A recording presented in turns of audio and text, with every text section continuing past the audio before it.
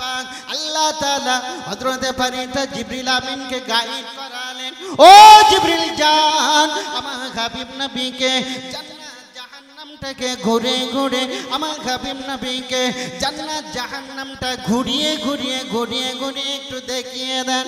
আল্লাহ নবী আল্লাহ রাসূল জান্নাতের ভিতরে ঘুরছেন, আল্লাহ নবীকে ফেরেশতা জিবরিল আমিন একটা একটা করে দেখাচ্ছেন।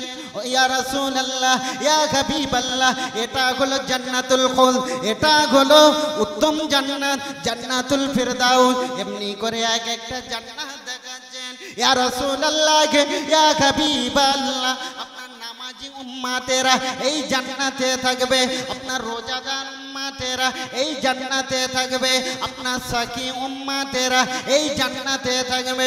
ও ভাইজানেরা, জান্নাত জাহান্নাম জান্নাত ঘুরতে ঘুরতে আমার রাসূলুল্লাহর পায়ে একটা জুতোর খটখটানি আওয়াজ আমার রাসূলুল্লাহর কান মোবারকে পৌঁছায়। রাসূল জান্নাত ঘুরছেন, ঘুরতে ঘুরতে একটা পায়ের আওয়াজ, খটখটানি আওয়াজ আমার রাসূলুল্লাহর কান মোবারকে লেগেছে। ভাই জিবরাইল, এটা কিসের আওয়াজ? আমি রাসূলুল্লাহ জান্নাত ঘুরতে ঘুরতে কিসের আওয়াজ পাচ্ছি? ইয়া রাসূলুল্লাহ হাবিবাল্লাহ, এটা আর অন্য কিছু আওয়াজ নয়, এই আওয়াজটা হলো আপনার হাবশী সাহাবা, আপনার কালো সাহাবা, আপনার গোলাম হযরত বেলালের পায়ের আওয়াজ। কেন বেলালের পায়ের আওয়াজ? আল্লাহর নবী দেখে গেলেন বেলাল তো দুনিয়ায় আছে, বেলাল তো পৃথিবীতে আছে, জান্নাতে বেলালের পায়ের আওয়াজ।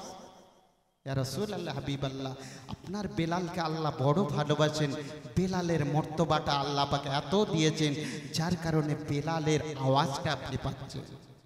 জান্নাত দেখা কমপ্লিট, জাহান্নাম ঘুরছে, 7টা জাহান্নাম 8টা জান্নাত, জান্নাতে 8টা ভাগ, জাহান্নামের 7টা ভাগ। আল্লাহ নবী আল্লাহ রাসূল ঘুরে ঘুরে ঘুরে ঘুরে দেখছেন। আল্লাহ নবী আল্লাহ রাসূল জাহান্নাম ঘুরতে ঘুরতে এক জায়গায় গেলেন, এক জায়গাতে যে নবী আমার দেখতে পায় একদল জাহান্নামীর হাতের নখগুলো তামার তৈরি, হাতের নখগুলো আমার আপনার যেমন আছে তেমন নয়, তাদের হাতের নখগুলো তামার, বড় বড় নখ, ওই নখ দিয়ে নিজেদের মুখগুলো আঁচড়াতে লেগেছে, খামচাতে লেগেছে, দাদ্দার দাদ্দার দাদ্দার দাদ্দার করে রক্ত ঝরে। আল্লাহ নবী আল্লাহ রাসূল জিজ্ঞাসা করলেন, ও ভাই জিবরাইল এরা কারা? ও ভাই জিবরাইল এদের কেন এই অবস্থা? জিবরিল আমিন চোখ ভরা পানি নিয়ে বলেছিল, ইয়া রাসূলুল্লাহ ইয়া হাবিবাল্লাহ, এরা অন্য কেউ নয়, এরা হলো আপনার উম্মতের ভিতরে এক দল, এরা হলো নিজেদের আপন ভাইয়ের গোশত খাওয়া এক দল। ইয়া রাসূলুল্লাহ ইয়া হাবিবাল্লাহ, আপনি বলেছেন আল গীবাতু আশাদ্দু মিনাল জিনা, গীবত করা হলো, পরনিন্দা পরচর্চা করা হলো বড় গুনাহ, মায়ের সঙ্গে ব্যভিচার করার গুনাহ, মরা ভাইয়ের গোশত খাওয়ার গুনাহ। আপনি বলেছেন গীবত করা, পরনিন্দা পরচর্চা করা হলো আপন মায়ের সঙ্গে জেনা করার গুনাহ। ইয়া রাসূলুল্লাহ ইয়া হাবিবাল্লাহ, আপনার উম্মতেরা ওই গুনার কারণে আল্লাহ পাক এদের জন্য এই শাস্তির ব্যবস্থা করে রেখেছে। নবী নিজে চোখে দেখে এসেছেন, তারপরেই তো নবী আবার হাদিস বললেন আল গীবাতু আশাদ্দু মিনাল জিনা, জিনার থেকে কঠিন শাস্তি। আজকে আমাদের ঘরে ঘরে ঘরে ঘরে এই রোগ কিন্তু প্রচুর পরিমাণে চলছে। গীবত এর কথা ওর সঙ্গে বলে দিয়ে নিজে ভালো হয়ে একের সঙ্গে অপরের সঙ্গে ঝগড়া লাগিয়ে দেওয়া। আমার রাসূলুল্লাহ দেখলে, রাসূলুল্লাহ জাহান্নামের ভিতরে আবারও হাঁটছেন, যেতে যেতে যেতে যেতে আরেক জায়গায় পৌঁছালেন। যে জায়গাতে পৌঁছানোর পরে আমার রাসূল পাক সাল্লাল্লাহু আলাইহি সাল্লাম দেখছেন এক শ্রেণীর মানুষের জিহ্বাগুলো, ঠোঁটগুলো জাহান্নামের আগুনের কাঁচি দ্বারা কাটা হচ্ছে। জিবরিল আমিন জিজ্ঞাসা করলেন, ইয়া রাসূল, জিবরিল আমিনকে জিজ্ঞাসা করলেন, জিবরিল আমার রাসূলুল্লাহ জিজ্ঞাসা করলেন, ভাই জিবরিল এরা কারা? এদের সঙ্গে কেন এমন আচরণ করা হয়? নবী আবার যেই না প্রশ্ন করা জিবরিল আমিন বলেছিল ইয়া রাসূলুল্লাহ ইয়া হাবিবাল্লাহ, এটা আর অন্য কেউ নয়, এটা হলো আপনার উম্মতের ভিতরে একদল ওয়াইজিন, একদল বক্তা। কেননা এদের সঙ্গে আল্লাহ পাক এই ব্যবহার করে জানেন, আল্লাহ পাক এদের সঙ্গে এই ব্যবহার করবে, আল্লাহ পাক এদের জন্য আযাবের ব্যবস্থা কেন রেখেছে জানেন? ইয়া রাসূলুল্লাহ ইয়া হাবিবাল্লাহ, এরা মানুষদেরকে নামাজের কথা বলতো কিন্তু নিজেরা নামাজ পড়তো না, এরা মানুষদেরকে গুনাহ থেকে বাঁচতে বলতো, নিজেরা গুনাহ থেকে বাঁচতো না, এরা মানুষদেরকে সুদ ঘুষ থেকে বাঁচতে বলতো, নিজেরা বাঁচতো না। যার কারণে আল্লাহ পাক আল্লাহ তাআলা এদের জিহ্বাগুলো জাহান্নামের আগুন দিয়ে কাটছে, জাহান্নামের আগুন দিয়ে। এক শ্রেণীর বক্তা, আমি বক্তা বলে আমার ছাড় নয়, মাইকে কথা বলছি, খুব হিসাব করে বার করতে হবে। আল্লাহ নবী আল্লাহ রাসূল বললেন তুমি যেটা করো না সেটা তুমি বলো না, উপদেশ দিও না করার জন্য। আগে তোমার ভিতরে ফুটিয়ে তোলো তোমার চরিত্রটা, তারপর মানুষদেরকে উৎসাহিত করো, মানুষদেরকে বলো। বক্তা বললাম মুখে যা আসলো বলে দিলাম, সুর করেই বলে চলে গেলাম, বাজার গরম। সেই বক্তার বাড়িতে গিয়ে খোঁজ নিয়ে দেখে আপনাকে যা বলেছে তার ভিতরে সেইগুলো আছে কি নেই।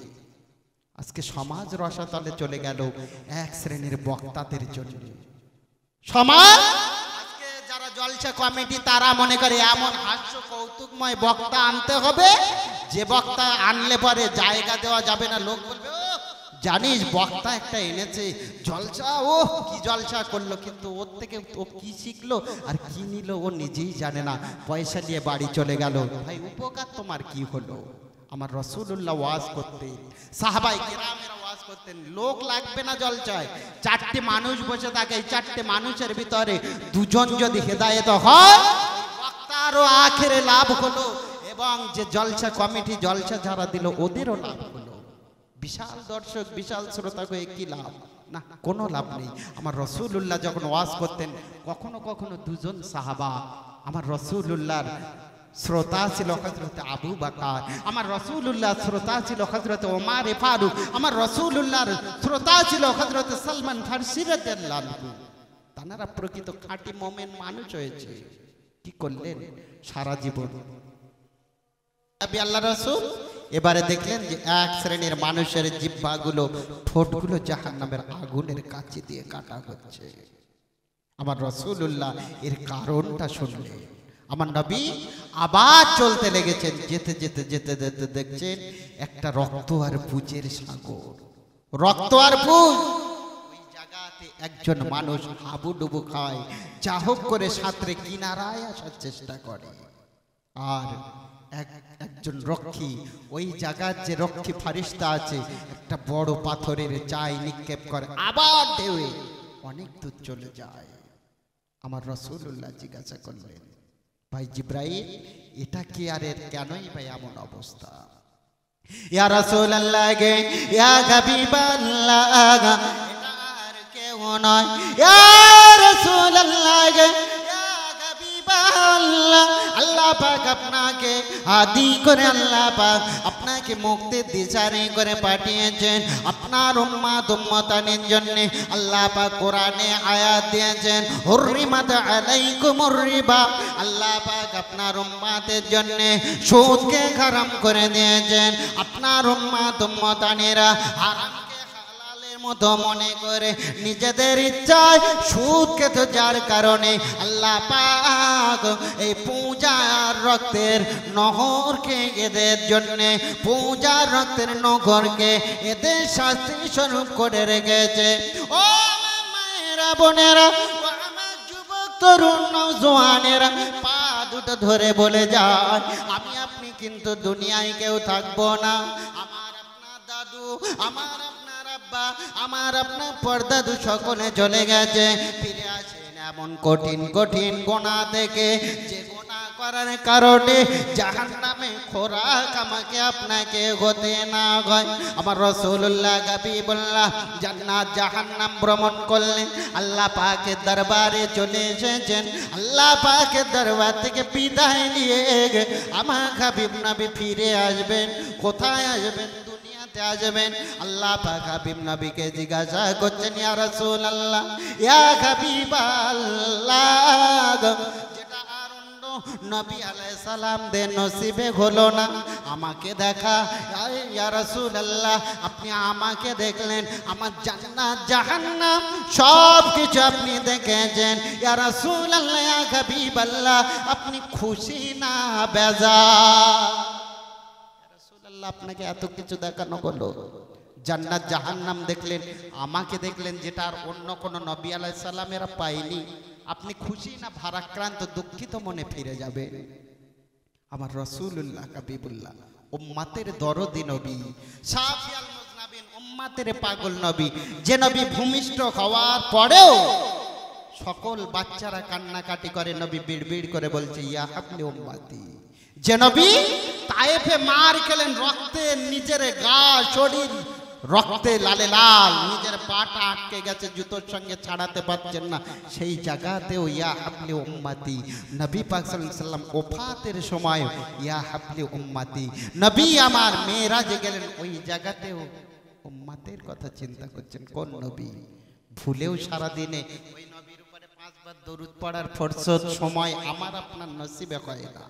কোন মুখ নিয়ে নবী পাকের সামনে আপনি দাঁড়াবেন, বলবেন, ইয়া রাসূলুল্লাহ, হাউজে কাউসারের পানি একটু দেন, পান করব, বলতে পারবো? নবী পাকের সুপারিশ সাফায়াত পেতে গেলে আমি হাদিস তেলাওয়াত করেছি, আল্লাহ নবী আল্লাহ রাসূল বলেন, লা ইউমিনু আহাদুকুম হাত্তা কুনা আহাব্বা ইলাইহি মিন ওয়ালিদিহি ওয়া ওয়ালাদিহি আন-নাস আজমাইন। এই তোমরা অতক্ষণ পর্যন্ত মুমিন নও, আমি আপনি মুমিন বলতে পারবো না। মুসলমান সকলে কেন? মিল্লাতি ইব্রাহিম হানিফা, হযরত ইব্রাহিম আলাইহিস সালাম খাতনা করিয়েছিলেন, ওখান থেকে মুসলমানের যুগ চালু। আমি আপনি মুসলমান বলে দাবি করতে পারবো, মুমিন বলে দাবি করতে পারবো না। আর আল্লাহ পাক কোরআন পাকের ভিতরে বললেন, ওয়ালা তাহিনু ওয়ালা তাহজানু ওয়া আনতুমুল আলাউনা ইন কুনতুম মুমিনিন। যারা কমপ্লিট মুমিন হয়েছে তাদের কোনো ভয় নেই, চিন্তা নেই, দুঃখ নেই, মরবে আর কি হবে, ডাইরেক্ট জান্নাতে প্রবেশ করবে। তো আল্লাহ নবী আল্লাহ রাসূলের সঙ্গে সম্পর্কটা গভীর করতে হবে। আল্লাহ পাক জিজ্ঞাসা করছেন, হাবিব আপনি সব কিছু দেখলেন, ফিরে যাবেন, আপনি খুশি না বেজার? আল্লাহ, আমি আপনাকে দেখলাম, আপনার জান্নাত জাহান্নাম সব কিছু দেখলাম, আল্লাহ আমি খুশি। আল্লাহ, তবে এক জায়গাতে আমি দুঃখিত, আমি ভারাক্রান্ত। হাবিব, কিসে আপনি ব্যথা পেলেন, দুঃখ পেলেন? আপনি হাবিব, আপনার কায়নাত বানানো, আপনি আমার কাছ থেকে চলে যাবেন, আপনি দুঃখ নিয়ে যাবেন, এটা কখনোই হতে পারে না। হাবিব কিসে দুঃখিত বলেন? আমার রাসূলুল্লাহ উম্মতের দরদি নবী বলছেন, আয় রাব্বি আল্লাহ, আমি সব দেখলাম, জান্নাত জাহান্নাম আপনাকে দেখলাম, আপনার আমার গুনাহগার উম্মতেরা তো আপনাকে দেখতে পেল না। একবার জোরে বলুন সুবহানাল্লাহ। আমার গুনাহগার উম্মতেরাও তো দেখতে পেল না। আল্লাহ পাক বলছেন, হাবিব নবী পয়গম্বর, ও হাবিবে প্যারা, আমি আল্লাহ জানতাম, আমি আল্লাহ জানি, আমি আল্লাহ গোলাম আলিমুল গায়ব, আমি আল্লাহ গোলাম আলিমুম বিজাতি সুদূর। আপনি কি বলবেন এটা আমি জানতাম। আল্লাহ, আমি হাবিব আপনার মুখ থেকে শুনতে চেয়েছি আপনার আপনি কতটা ভালোবাসেন। আপনি নিজে বলেছেন, ও হাবিব নবী পয়গম্বর, আপনার উম্মতদের জন্য আমি তোহফা হিসাবে দিলাম, আমি তোহফা হিসাবে, নজরানা হিসাবে, উপহার হিসাবে, উপঢৌকন হিসাবে দিলাম আপনার উম্মতদের জন্য। আমি আল্লাহ পাক 50 ওয়াক্তের নামাজ দিয়ে দিলাম। যার হাবিব আপনার উম্মতদেরকে বলুন, এই 50 ওয়াক্তের নামাজ তারা যদি আদায় করে, আমি আল্লাহ আমার সঙ্গে দিদার হবে। নামাজে বান্দা দাঁড়াবে, নামাজে দাঁড়িয়ে সূরা কিরাত তেলাওয়াত করবে, আলহামদুলিল্লাহি রাব্বিল আলামিন আর রহমানির রহিম। আমি আল্লাহ আমার সঙ্গে দিদার হবে। ও হাবিব, যদি আপনার উম্মতেরা আমি আল্লাহ আমাকে দেখতে না পায়, তারা যেন এটা মনে করে আমি আল্লাহ তাদেরকে দেখছি। আমার রাসূলুল্লাহ তোহফা দিয়ে ফিরে আসেন সপ্তম আসমান, ষষ্ঠ আসমান, যে জায়গাতে হযরত নবী মুসা কালিমুল্লাহ আছেন, ওই জায়গাতে নবী আমার যেই না এসেছেন, হযরত নবী মুসা কালিমুল্লাহ, হযরত নবী মুসা বলছেন, ও নবী মুহাম্মদ, আপনার উম্মতের জন্য আল্লাহ পাক কি দিয়েছে একটু বলুন। নবী মুহাম্মদ আল্লাহ পাকের কাছে গেলে আপনার উম্মতের জন্য আল্লাহ পাক কি দিয়েছে? নবী মুসাকে আমার আপনার নবী বলছে আল্লাহ পাক আমার উম্মতের জন্য 50 ওয়াক্তের নামাজ দিয়েছে। নবী মুসা বলছেন না, হবে না, ফিরে যাও আল্লাহর কাছে। কেন? আমার সম্প্রদায় হলো বনি ইসরাইল, আমার পরীক্ষা করা আছে, ওরা জীবনে 50 ওয়াক্ত নামাজ পড়বে না, ফিরে যাও আল্লাহ পাকের দরবার থেকে কম করে আনো, কম করে আনো। আমার আপনার নবী পাক ফিরে গেলেন। আল্লাহ পাক বললেন, কি হয়েছে হাবিব? আল্লাহ একটু কম করেন, আমার উম্মতেরা বড় কমজোরি, আমার উম্মতেরা বড় নাচার, পারবে না 50 ওয়াক্ত নামাজ আদায় করতে, আল্লাহ কম করে দেন। আল্লাহ কম করলো 5। আবার নবী মুসার কাছে ফিরে এসে বলছেন, নবী মুসা বলছেন না, হলো না, এখনো হয়নি, আবার যান।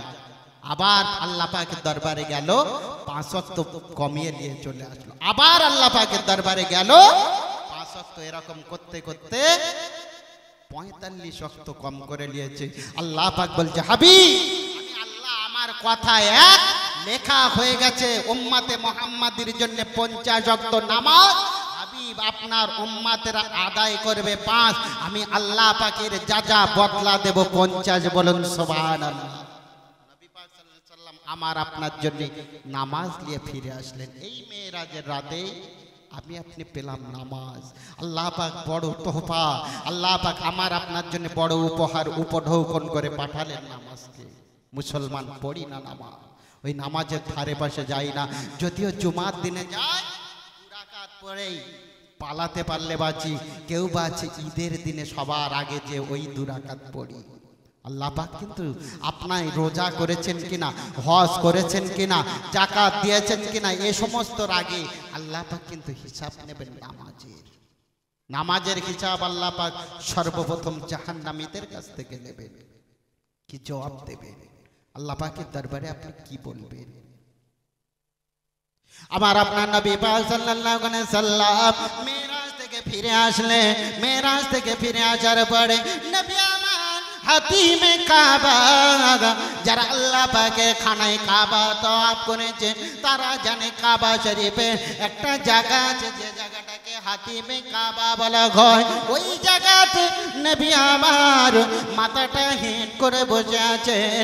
নবী আবার মেরাজ থেকে ফিরলেন। একটা রাতকে আল্লাহ পাক কোন ফায়া কোন শব্দ দ্বারা 27 বছরের মতো করে দিলেন। নবী পাক সাল্লাল্লাহু আলাইহি সাল্লাম বর্ণনা করেন, আমি 27 বছর পরে ফিরে আসলাম। ফিরে এসে আমি দেখতে পাই কাবা শরীফের ওই জায়গায় আমি যে ওযু করেছিলাম, ওযুর পানি তখনও গড়িয়ে যায়। আমি যে বিছানায় শুয়েছিলাম, একজন মানুষ অনেকক্ষণ বিছানায় শুয়ে থাকার ফলে দেখবেন বিছানাটা গরম ভাব থাকে। আমার রাসূলুল্লাহ বর্ণনা করেন, আমি ফিরে এসে দেখতে পেলাম ওই বিছানাটা তখনও গরম ভাব। আল্লাহ নবী আল্লাহ রাসূল বসে আছেন। এমনি সময় ওই জায়গাতে আবু জেহেল এসে হাজির, মাস্টার এসে হাজির। আবু জেহেল বলছে, ভাতিজা মুহাম্মদ কোনো খবর আছে নাকি? আমার রাসূল পাক সাল্লাল্লাহু আলাইহি সাল্লাম বলছে, খবর তো আছে চাচা।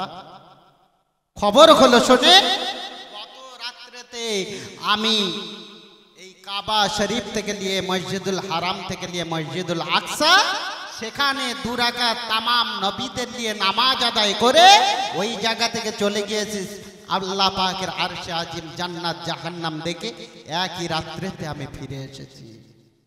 আবু জেহেল বলছে, মুহাম্মদ যে কথাটা আমার সঙ্গে বলেছো মক্কার সকল মানুষদের কাছে কি তুমি এই কথাটা বলতে পারবে? রাসূল পাক সাল্লাল্লাহু আলাইহি সাল্লাম বলছে, অবশ্যই বলবো। ডাকে আবু জেহেল ডাক দিয়েছে, ইয়া আহলেল মক্কা, এ মক্কার মানুষেরা সকলে এখানে চলে এসো।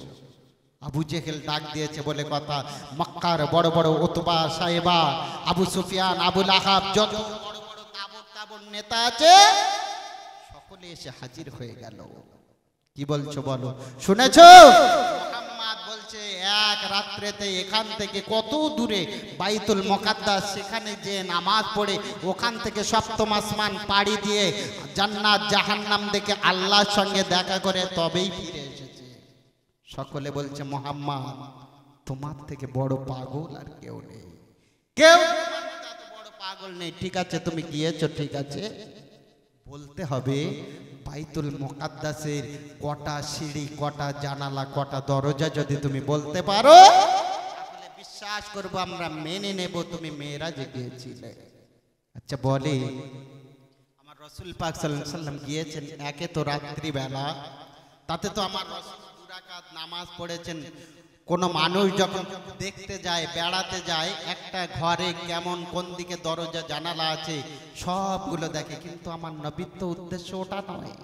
আমার রাসূল পাক সাল্লাল্লাহু আলাইহি ওয়াসাল্লাম নামাজ পড়েছেন, জিবরিল আমিনের সঙ্গে বার হয়ে এসেছেন। ওরা প্রশ্ন করেছে, জবাব যদি না দিতে পারে আমার রাসূলকে মিথ্যাবাদী বলবে, আমার রাসূলকে অপমানিত করবে, আমার রাসূলকে কাজ্জাব বলে ডাকবে।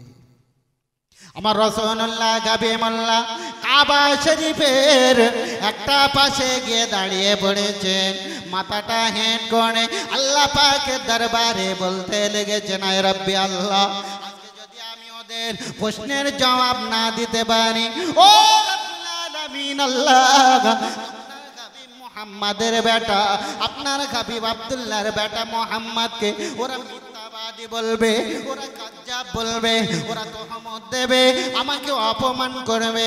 আয় রব্বুল আলামিন আল্লাহ পাক, আপনি বলেন আলিমুম বিজাতিস সুদূর, আল্লাহ আপনি বলেন ওহু আলা কুল্লি শাইইন কাদির। আল্লাহ পাক আজকে কঠিন পরিস্থিতি, আল্লাহ আপনি আমাকে উদ্ধার করেন। আল্লাহ পাক সঙ্গে সঙ্গে ওয়াহি করলেন, ইয়া রাসূলুল্লাহ ইয়া হাবিবাল্লাহ, চিন্তা করবেন না, জিবরিল আমিন এসেছেন। জিবরিল আমিন আল্লাহ পাকের হুকুমে গোটা আপনার বাইতুল মুকাদ্দাসটাকে তুলে এনে আমার রাসূলুল্লাহ হাবিবুল্লাহ সামনে ধরে দিয়েছে। আমার রাসূলুল্লাহ দেখে দেখে গুনে গুনে গুনে গুনে বলে দিচ্ছেন, বাইতুল মুকাদ্দাসের এইদিকে একটা দরজা, ওদিকে একটা জানালা, বাইতুল মুকাদ্দাসের এদিকে 2টো সিঁড়ি, এইদিকে ওঠা সিঁড়ি। আমার রাসূলুল্লাহ যেই না বলে দেওয়া, তারা সকলে আমার রাসূলুল্লাহ কথা শুনে, বাইতুল মুকাদ্দাসের বর্ণনা শুনে একে একে সেই জায়গা থেকে ভেগে গেল, কারো নসিবে কলেমা জুটলো না, সবাই চলে গেল। এই রাত্রের পরে আমার রাসূল পাক সাল্লাল্লাহু আলাইহি সাল্লাম মক্কার জমিনে যতদিন ছিলেন মাত্র 43-53 জন মানুষ আমার রাসূলের হাতে হাত দিয়ে ঈমানের কলেমা পড়ে মুসলমান হলেন। সর্বপ্রথমে আমার রাসূলুল্লাহ ওদের সঙ্গে কথা বলার পরে আমার রাসূলুল্লাহর সঙ্গে দেখা হলো কার জানেন?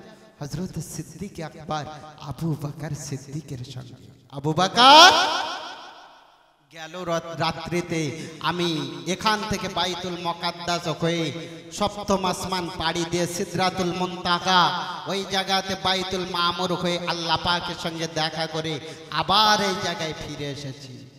হযরত আবু বকর বলেছিল, সাদ্দাকতা ইয়া রাসূলুল্লাহ, ইয়া রাসূলুল্লাহ হাবিবাল্লাহ, আপনি সত্য বলেছেন, ইয়া রাসূলুল্লাহ হাবিবাল্লাহ, আপনি সত্য বলেছেন।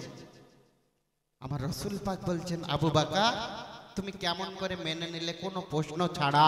আবু জেহেল, আবু লাহাব, উতবা, সাইবা তারা কত প্রশ্ন করেছে, তুমি কোনো প্রশ্ন করলে না, তুমি বললে সাদ্দাকতা, আমি সত্য বলছি। এর কারণটা কি? হযরত আবু বকর বলেছিলেন, ইয়া রাসূলুল্লাহ, ইয়া হাবিবাল্লাহ, বয়সে মাত্র আপনি আমার থেকে 2 বছরের বড়, আপনার বয়স যখন 10, আমি আবু বকর আমার বয়স 8 বছর, আপনার 12 আমার 10। ইয়া রাসূলুল্লাহ ইয়া হাবিবাল্লাহ, আমি হলাম আপনার বাল্যকালের সাথী, আমি হলাম আপনার যৌবনের সাথী। ইয়া রাসূলুল্লাহ ইয়া হাবিবাল্লাহ, জীবনে কোনোদিন আপনি একটা মিথ্যা বলেননি, জীবনে কোনোদিন একটা চিটিং বাজি করেননি, জীবনে কোনোদিন আমার সঙ্গে ওয়াদা খেলাপ করেননি। তবে কি আজকে আপনি আমার সঙ্গে মিথ্যা বলেছেন? যেই না এ কথা বলা, আল্লাহ নবী আল্লাহ রসুল বললেন, আবু বকর, ও বাবা আবু বকর, এতদিন তুমি ছিলে শুধু আবু বকর, আজ থেকে তোমার নাম হলো হযরতে আবু বকর সিদ্দিক। একবার জোরে বলো। কেউ হয়ে গেল কাফের, কেউ হয়ে গেল সিদ্দিক। আমার রসুলের সংস্পর্শে যারা এসেছে, আল্লাহ পাক যাদেরকে ভালোবেসেছেন তারাই কামিয়াব হয়েছে। আল্লাহ নবী আল্লাহ রসুলের সংস্পর্শে তারা এসে ইমানের কালেমা পড়ে খাঁটি সোনা হয়ে তবেই আমার রসুলের খেদমাত থেকে তারা ফিরে গিয়েছে। যারা খাঁটি হওয়া তারা হয়েছে। মনে আছে ওই যে আল্লাহ নবী আল্লাহ রসুল মেরাজে গেলেন, বললাম ওই জায়গাতে একটা পায়ের আওয়াজ শুনলেন। ওই জায়গাতে পায়ের আওয়াজ শুনে নবী পাক সাল্লাল্লাহু আলাইহি ওয়াসাল্লাম জানলেন যে এটা হযরতে বেলালের পায়ের আওয়াজ। নবী পাক সাল্লাল্লাহু আলাইহি ওয়াসাল্লাম ফিরে আসলেন, হযরতে বেলালকে কাছে ডাকলেন, বাবা বেলাল এদিকে এসো। হযরতে বেলাল রাদিয়াল্লাহু আনহু আল্লাহ নবী আল্লাহ রসুলের কাছে আসলেন। এই মেরাজটা হলো আমার আপনার জন্য পড়তে পড়তে প্রত্যেক জায়গায় আমার আপনার জন্য কিন্তু ইবাদত আমলে ঠাসা, যদি আমি আপনি ভালো করে আমল করি, বোঝার চেষ্টা করি। হযরতে বেলালকে ডাকলেন, বাবা বেলাল এদিকে এসো। হযরতে বেলাল রাদিয়াল্লাহু আনহু আসলেন, ইয়া রাসূলুল্লাহ হাবিবাল্লাহ আপনি আমাকে ডেকেছেন? হ্যাঁ বাবা বেলাল তোমাকে ডেকেছি। বাবা বেলাল তুমি জানো? হ্যাঁ ইয়া রাসূলুল্লাহ হাবিবাল্লাহ আমি শুনেছি, সকলে বলা বলি করছে আপনি এক রাত্রে এখান থেকে বাইতুল মুকাদ্দাস হয়ে সপ্তম আসমান পাড়ি দিয়ে আল্লাহ পাকের সঙ্গে দেখা করে চলে এসেছেন। বাবা বেলাল তুমি এমন কি ইবাদত করো বাবা, যার কারণে আমি রাসূলুল্লাহ তোমার পায়ের আওয়াজটা জান্নাতে শুনেছি?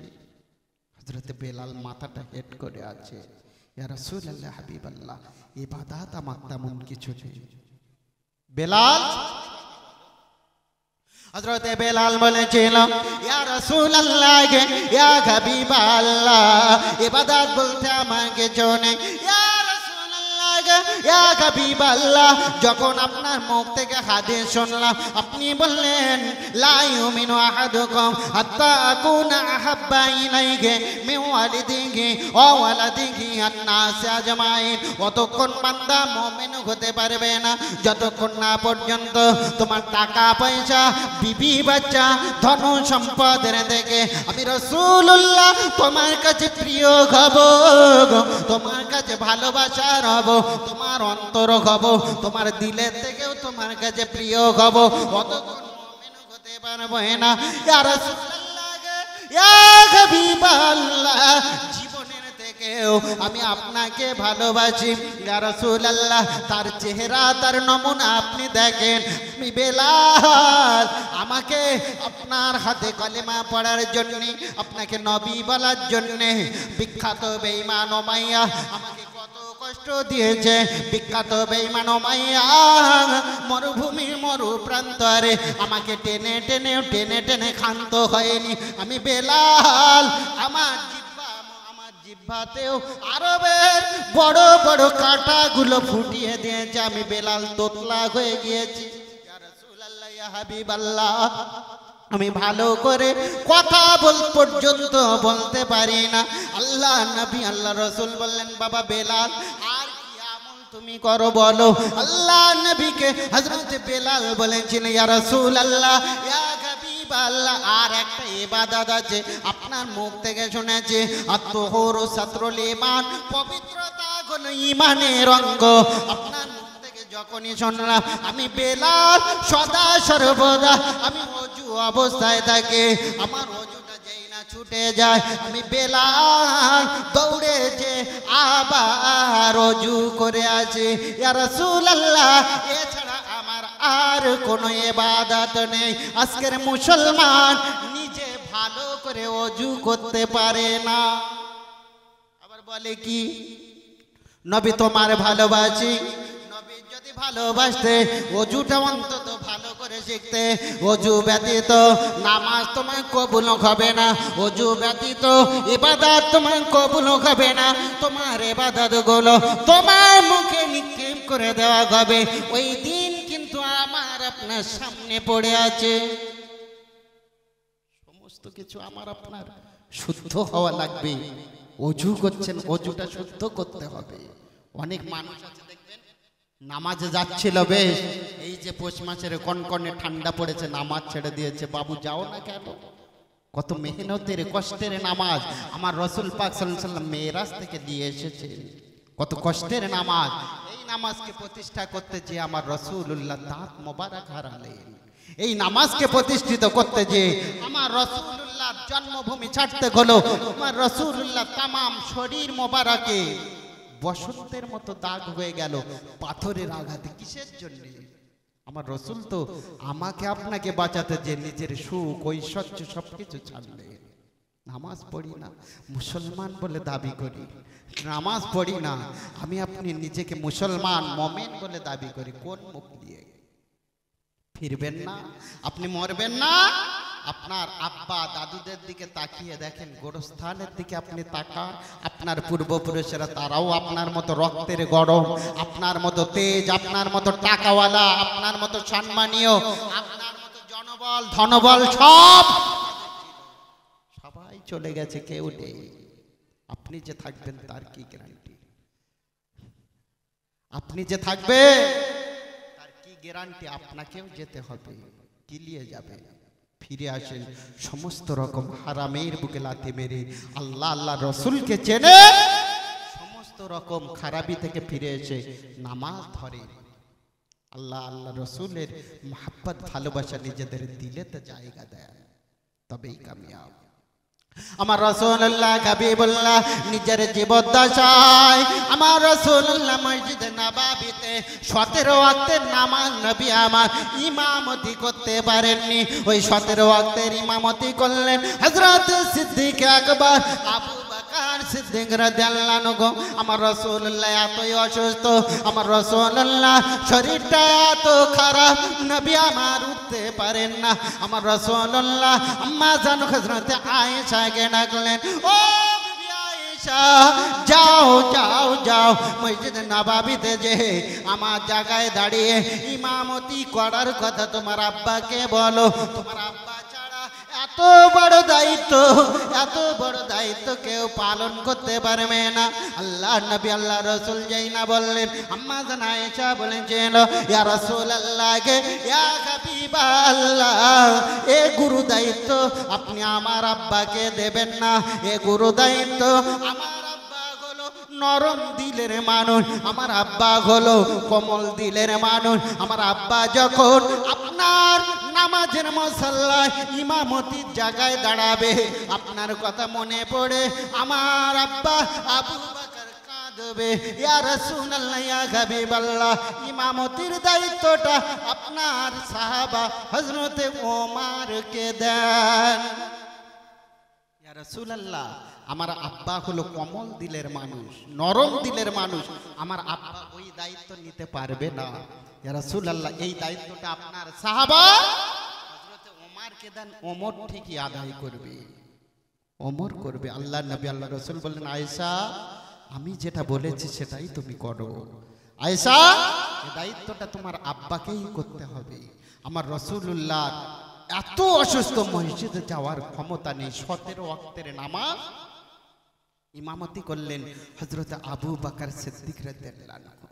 মসজিদে নববীতে আজান হচ্ছে, হযরত বেলাল দিচ্ছে আজান, আর হযরত আবু বকর নামাজ আদায় করাচ্ছে। আমার রাসূল একদিন এত অসুস্থ হয়ে পড়েছেন, আম্মা জান আয়েশাকে বলছেন, আয়েশা তুমি আমাকে ওযু করিয়ে দাও। হযরত আয়েশা সিদ্দিকা রাদিয়াল্লাহু আনহা আম্মা জান ওযু করিয়ে দিলেন। ওযু হলেন, আমার রাসূল পাক সাল্লাল্লাহু আলাইহি ওয়াসাল্লাম আবার বেহুশ হয়ে যাচ্ছেন।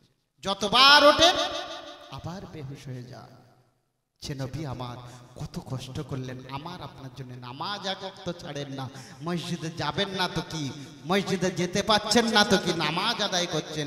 যে নবীর আগে পরে কোনো গুনাহ নেই, বেগুনা মাসুম নবী, তানার যদি নামাজের প্রতি এত টান থাকে, আম্মা জান আয়েশা বর্ণনা করছেন তোমাদের নবী নামাজ পড়ে পড়ে মাঝে মাঝে এমন অবস্থা হতো তোমাদের নবীর পা মোবারক গুলো ফুলে ফেপে দদ্দর দদ্দর করে পুজ রসানি চলত।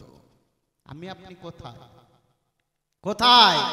আমার আপনার উপরে তো ফরজ, আমার রসুল, আমার আপনার উপরে 5 ওয়াক্তের নামাজ ফরজ, আমার রসুলুল্লাহর উপরে 6 ওয়াক্তের নামাজ ছিল, তাহাজ্জুদের নামাজ আমার রসুলের জন্য মাস্ক, আমার আপনার জন্য কিন্তু মাস্ক নয়। পড়তে পারলে ভালো, না পড়তে পারলে কোনো জোর নেই। বলছে 5 ওয়াক্ত পারিনি, আবার এই শীতের রাত্রে তাহাজ্জুদ, বলছে মোটেই হবে না ওসব। পেয়ারা কাজের মজলিস, আল্লাহ ওয়ালাদের সোহবত নিতে হবে। ওই জন্যে আল্লাহ যারা ওলি বান্দা হয়েছে তাদের সোহবতে আমাকে আপনাকে আসতে হবে। ওলিদের সোহবতে গেলে আমার আপনার জীবনের পরিবর্তন আসবে। তারা কিন্তু আল্লাহ রসুল ছাড়া কিছুই বুঝতো না। তো আল্লাহ নবী আল্লাহ রসুল খুবই অসুস্থ, যেতে পাচ্ছেন না মসজিদে। আম্মা জান আয়েশাকে বলছেন আয়েশা আমাকে একটু ধরো তো, আয়েশা আর ওই মসজিদে নবাবির দিকের জানালাটা একটু খুলে দাও, আমি রসুলুল্লাহ একটু দেখি। আম্মা জান আয়েশা সিদ্দিকা রাদিয়াল্লাহু তাআলা আনহা নিজের খুজরা মোবারকে জানালাটা খুলে দিয়েছেন।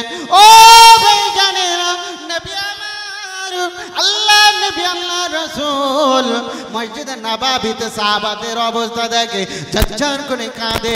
আল্লাহ নবী আল্লাহ রসুল বলেন, আল্লাহ নবীকে আম্মা জান আয়েশা বলতে গেছেন ইয়া রাসূলুল্লাহ ইয়া হাবিবাল্লাহ আপনি কেন কাঁদেন? আল্লাহ নবী আল্লাহ রসুল বলেছিল বিবি আয়েশা এটা আমার দুঃখের কান্না নয়, এই নামাজকে প্রতিষ্ঠা করতে যে আমি দাঁতকে হারিয়ে ফেলেছি, এই নামাজকে প্রতিষ্ঠা করতে যে আমি তায়েফের ময়দানে আমার নিজের রক্তে লালে লাল শরীর করে দিয়েছি, আমি এই নামাজকে প্রতিষ্ঠা করতে যে জন্মভূমি ছেড়েছি। ও বিবি আয়েশা আমার মনের বড় তামান্না আমি বেঁচে থাকতে থাকতে পৃথিবীর জমিনে থাকতে থাকতে আমি দেখে যেতে চাই আমার বর্তমানে আমার উম্মতানিরা আল্লাহ পাকের বিধান আল্লাহ পাকের হুকুম নামাজকে তারা সঠিকভাবে আদায় করছে। দরুদ আল্লাহুম্মা সাল্লি আলা, পড়েন একটু পড়েন। এতক্ষণ ধরে আমার রাসূলুল্লাহর সম্মান বর্ণনা শুনে দরুদ পড়ছেন, যেন মনে হচ্ছে কত রাত হয়ে গেছে, সবে তো মাত্র 8টা বাজে। এখন যদি এই অবস্থা হয় মাহফুজুল্লাহ হুসাইনি সাহেব আসবে, তখন আপনি কি করবেন? প্যারা কাজের দরুদ ভক্তি ভরে পড়েন আল্লাহুম্মা সাল্লি আলা।